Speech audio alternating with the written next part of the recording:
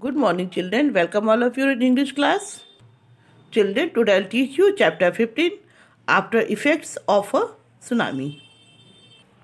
Children, do you know what is tsunami? Tsunami is a very large waves in the sea. Children, in this chapter I see how tsunami changed the life of a man. In Andaman, there lived two friends, Viran and Raman. They played on the beaches and spent their childhood together, but they were different in nature and thinking. Viran was greedy and always thought of negative. He did not satisfy which he had and always dreamed more. On the other hand, Raman was always thought of positive content which he had, so he was happy. Raman opened a small shop of basic needs. He was charitable nature and always helped to the others. Viran was lucky and he was a good businessman. He led a luxurious life and ignored his childhood friend Raman. Viran was surprised that how Raman could be happy with his little money. One day, Raman went to meet Viran and presented him a beautiful mobile phone and said to keep and live in contact to each other. After some time, Viran became a good dealer and traveled and earned more properties. In the meantime, he forgot about his childhood friend Raman and his mobile phone. He did not remember his friend's mobile, but luck always not be in the favor. One day, tsunami struck the Andaman Island. Everything is destroyed by tsunami. At that time, Viran all properties, wealth, house ruined and destroyed. The king became beggar at that moment. He began to weep for his losses. He had no food, no water, no money. At that moment, he heard the ring of mobile phone which was kept in his pocket and presented by Raman. The mobile was working at that time. Viran picked up the phone and talked to Raman. Viran was unknown about the calling. When he talked to Raman, he was surprised to talk Raman. Raman wanted to know about Viran after tsunami. Raman took Viran to his shop which was also affected by tsunami, but there were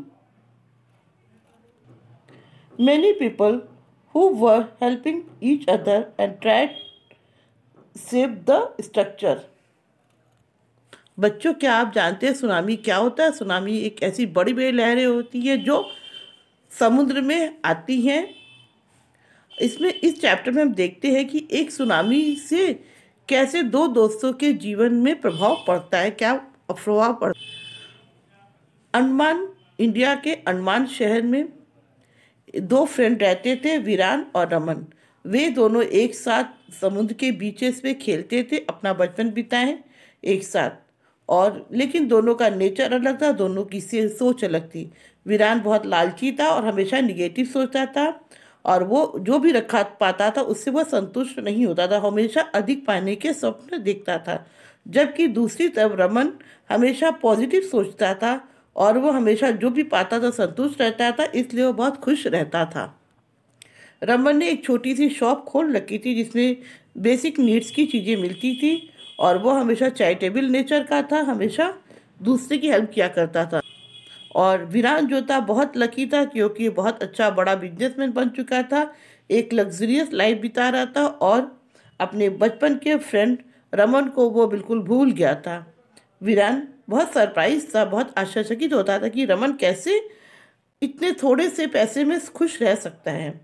एक दिन रमन अपने friend विरान से मिलने के लिए गया और उसके लिए एक सुंदर सा मोबाइल फ़ोन ले गया और उसको प्रेजेंट किया और कहा कि इस फ़ोन से हम लोग एक दूसरे के कांटेक्ट में रहेंगे।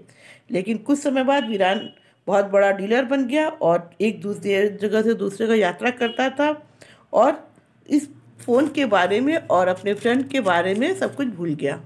उसे अपने दोस्त के मोबाइल फ़ोन का भी याद नहीं रहा, लेकिन भाग्य हमेशा किसी के फेवर में नहीं रहता है।